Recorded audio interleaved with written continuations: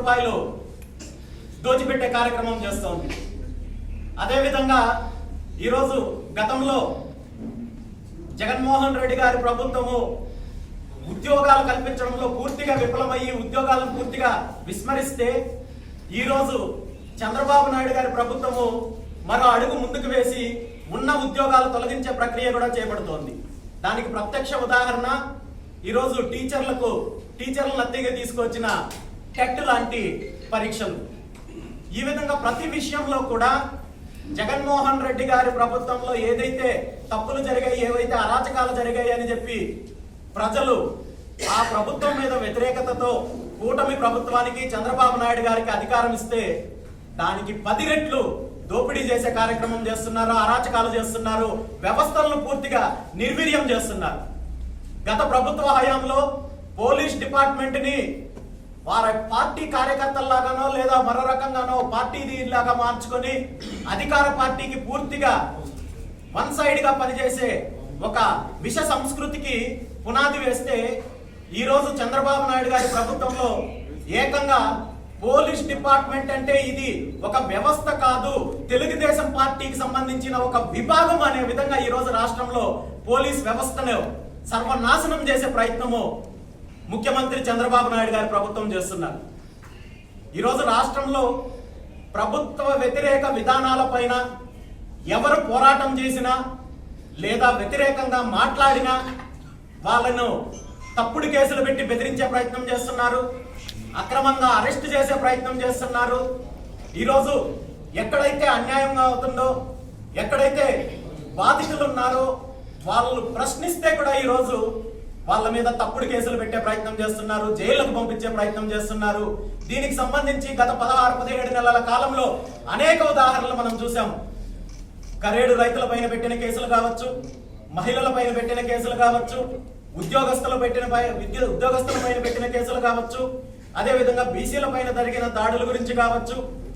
ఈ రోజు కరేడు గ్రామానికి సంబంధించి అక్కడ ఏదైతే అక్రమంగా షిరిడి సాయి ఎలక్ట్రికల్స్ కంపెనీ ఏదైతే ఇండోసోల్ కంపెనీ ఉందో వాళ్ళకి సంబంధించిన ప్రతినిధులు నిన్న గ్రామానికి వెళ్ళి ఆ గ్రామానికి సంబంధించిన రైతుల్ని కొంతమందిని నేరుగా వాళ్ళ ఇంట్లోకి వెళ్ళి మీ భూములు మాకు ఖచ్చితంగా ఇవ్వాల్సిందే, మీరు ఇవ్వకపోయినా మేము బలవంతంగా లాక్కుంటామని చెప్పి బెదిరించే ప్రయత్నం చేస్తే మా ప్రాణం పోయినా మా భూములు మేము ఇవ్వము అని చెప్పి గ్రామస్తులు మాట్లాడినందుకు రాత్రికి రాత్రి పోలీస్ అధికారులు ఆ గ్రామానికి వెళ్ళి రైతులను బెదిరించి ఈ రోజు డిఎస్పీ గారు వాళ్ళందరినీ కూడా పిలిపించి బెదిరించారు.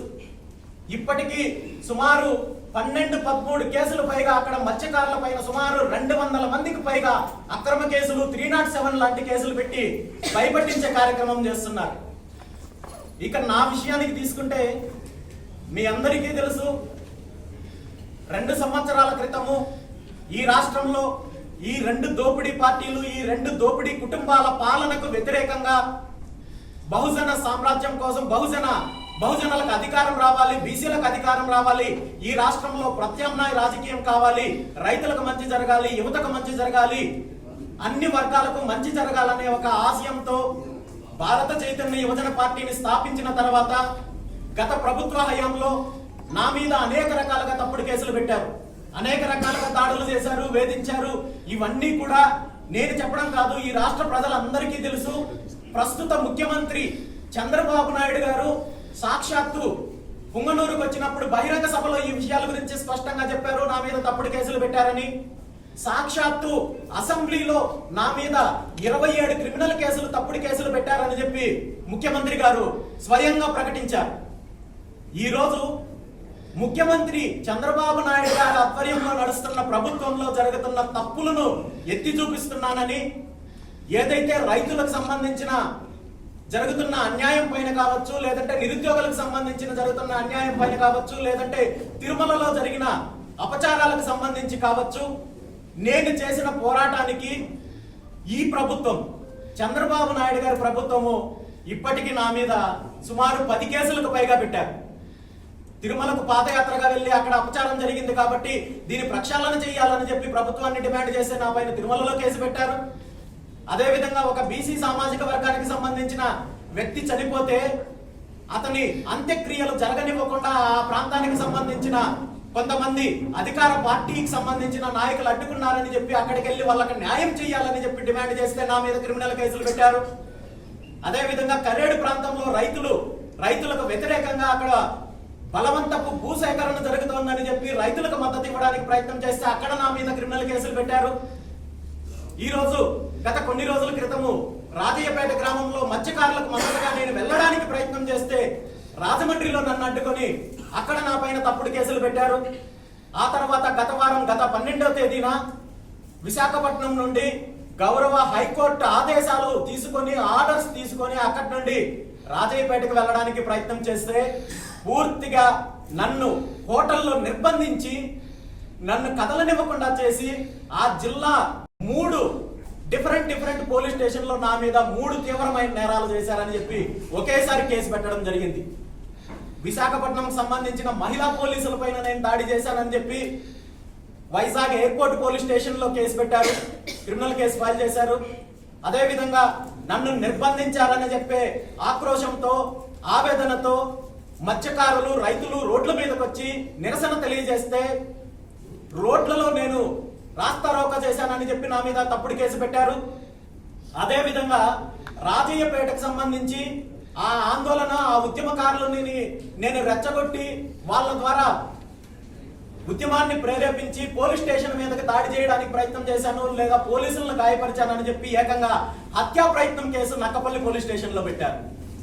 ఒకే వ్యక్తి పైన ఏకకాలంలో ఒకే రోజు 3 డిఫరెంట్ పోలీస్ స్టేషన్ లో వీళ్ళ యొక్క అధీనంలో నేను ఉన్నప్పటికీ కూడా నా మీద 3 తప్పుడు కేసులు పెట్టే ప్రయత్నం చేశారు. ఇంతకంటే అన్యాయమో ఇంతకంటే ఘోరం మరొకటి ఉంటుందా? ఈరోజు ఆంధ్రప్రదేశ్ రాష్ట్రంలో అంబేద్కర్ గారు రాసిన రాజ్యాంగాన్ని ఏమాత్రం పాటించకుండా ఈరోజు పూర్తిగా నారా లోకేష్ చెప్పిన రెడ్ బుక్ రాజ్యాంగాన్ని నడిపించే ప్రయత్నం చేస్తున్నారు. దానికి పోలీస్ వ్యవస్థ మీద ఒత్తిడి తీసుకొని వచ్చి ఈ రోజు ఈ విధంగా తప్పుడు కేసులు పెట్టే ప్రయత్నం చేస్తున్నారు. నేను ఒక్కటే అడుగుతున్నాను, ఒకే వ్యక్తి మీ నిర్బంధంలో ఉన్న వ్యక్తి ఈ రోజు 3 సపరేట్ ప్రాంతాల్లో 3 నేరాలు ఎలా చేయగలడు?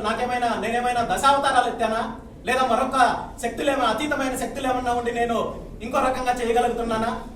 ఎందుకు ఇంతగా పోలీస్ వ్యవస్థను దిగజార్చే ప్రయత్నం చేస్తున్నారని చెప్పి సందర్భంగా నేను ముఖ్యమంత్రి చంద్రబాబు నాయుడు గారిని ప్రశ్నిస్తున్నాను. గతంలో ఏదైతే గత ప్రభుత్వం పోలీస్ వ్యవస్థని నాశనం చేసింది, నిర్వీర్యం చేసింది, నేను వస్తే లా అండ్ ఆర్డర్ని కాపాడుతానని చెప్పి ప్రగల్భాలు పలికిన ఈరోజు మీరు చేస్తున్న అరాచకాలేంటి? దేశంలో ఎక్కడా జరగని విధంగా ఈరోజు పోలీస్ వ్యవస్థని దుర్వినియోగం చేయడంలో ఈరోజు చంద్రబాబు నాయుడు గారి ప్రభుత్వము రికార్డు నెలకొల్పింది. ఇంత చేస్తున్నప్పటికీ కూడా నేను న్యాయబద్ధంగా హైకోర్టు వారిని ఆశ్రయించి నేను మత్స్యకారులకు మద్దతుగా నిలవడానికి ప్రయత్నం చేస్తుంటే అనేక రకాలుగా నన్ను అడ్డుకునే ప్రయత్నం చేస్తున్నారు. చివరికి రేపు నేను రాజయ్యపేటకు వెళ్ళడానికి గౌరవ హైకోర్టు వారి నుండి పూర్తి స్థాయి అనుమతులు తీసుకొని వెళ్ళడానికి ప్రయత్నం చేస్తుంటే ఇప్పుడు కూడా పోలీసులే దగ్గరుండి ఆ ప్రాంతానికి సంబంధించిన అధికార పార్టీ నాయకులు కార్యకర్తలను ప్రేరేపించి రేపు నా పర్యటనలో గొడవలు సృష్టించి ఆ గొడవలన్నింటినీ కూడా రామచంద్ర యాదవ్ మీద బీసీవై పార్టీ మీద తోసి అక్రమ కేసులు పెట్టే విధంగా ఈ రోజు వ్యూహాలు రచిస్తున్నారని చెప్పి అధికార పార్టీ నాయకులు చెప్పిన పనులు చేయడం చూసాం గతంలో. కానీ కేవలము పోలీసు వ్యవస్థ ఉన్నది అధికార పార్టీ కోసం మాత్రమే అనే విధంగా ఈ రోజు దిగజారిపోతోందంటే ఈ రాష్ట్రంలో ఏం జరుగుతుందో ప్రజలు కూడా గమనిస్తున్నారనే విషయాన్ని మీరు మర్చిపోతున్నారు. ఈరోజు పోలీస్ వ్యవస్థ మరో అడుగు ముందుకు వేసి ఈ రాష్ట్రంలో చంద్రబాబు నాయుడు గారి ప్రభుత్వం చేస్తున్న ప్రజా వ్యతిరేక విధానాలపైన నేను పోరాటం చేస్తున్నానని దానికి పోలీసులను అడ్డుపెట్టుకొని వాళ్ళు నన్ను నిలువరించే ప్రయత్నం చేస్తుంటే నేను హైకోర్టు ద్వారా పర్మిషన్ తీసుకుని బాధితులకు అండగా ఉంటున్నాననే ఆక్రోశంతో మరో అడుగు ముందుకు వేసి గత 19వ తేదీన డీజీపీ గారు ఒక సర్క్యులర్ రిలీజ్ చేయడం జరిగింది. ఆన్ అర్జెంట్ బేసిస్ అని చెప్పి డీజీపీ గారి ఆఫీస్ నుండి ఆల్ స్టేట్ లో ఉన్న యూనిట్ ఆఫీసర్స్ కు, ఎస్పీలకు, ఐజీలకు, డిఐజీలకు ఒక అర్జెంట్ సర్క్యులర్ రిలీజ్ చేశారు.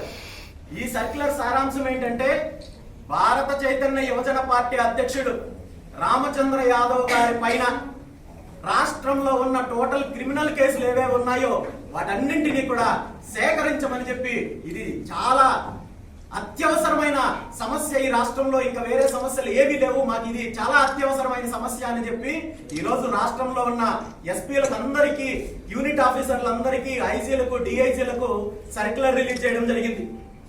ఈ సర్క్యులర్ గురించి ఒక పోలీసు ఉన్నతాధికారి నాకు తెలియజేస్తూ, మీరు ప్రభుత్వం పైన చేస్తున్న పోరాటం ఆపనట్లయితే, రైతులకు మద్దతుగా చేస్తున్న ఉద్యమాలకు మీరు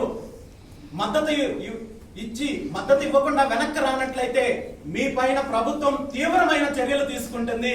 మీ పైన ఏదో ఒక రకంగా తప్పుడు కేసులు పెట్టి మిమ్మల్ని రిమాండ్కి పంపించి గతంలో ఉన్న తప్పుడు కేసులన్నింటిలో కూడా పీటీ వారెంట్ తీసుకొని మీరు బయటకు రాకుండా చేసే కార్యక్రమం జరుగుతుంది. కాబట్టి మీరు ఈ ప్రజా పోరాటాల నుండి వెనకడుగు వేయాలని చెప్పి నాకు సలహాలు ఇస్తున్నారు. దాంతో పాటు నా మీద రౌడీ షీట్ కూడా ఓపెన్ చేయడానికి ప్రభుత్వం ప్రయత్నం చేస్తోందని చెప్తున్నారు. ఎంత హాస్యాస్పదం అంటే, ఈరోజు నేను నా పర్యటనలు, నేను చేస్తున్న కార్యక్రమాలు ఇది రాజకీయ పరమైన కార్యక్రమాలతో కాకుండా, నేను ప్రజలకు సమస్య ఉన్నప్పుడు ఎక్కడైతే రైతులు ఇబ్బంది పడుతుంటేనో, లేదా మహిళలు ఇబ్బంది పడుతుంటేనో, లేదంటే అక్రమంగా అధికారాన్ని అడ్డం పెట్టుకొని హత్యలు చేస్తుంటే ఆ బాధితులకు అండగా నిలబడడానికి నేను వెళ్తుంటే, నా పర్యటనలను అడ్డుకోవడానికి, లేదంటే నా మూమెంట్స్ ఆపడం కోసము ఈరోజు ఇలాంటి నీచమైన కార్యక్రమాలు చేయడానికి పోలీస్ వ్యవస్థ దిగజారుతోందంటే ఈ రాష్ట్రంలో ఏం జరుగుతుందో ప్రతి ఒక్కరూ కూడా ఆలోచించాల్సిన అవసరం ఉంది. ఈ రాష్ట్రంలో శాంతి భద్రతల సమస్యలు లేవు.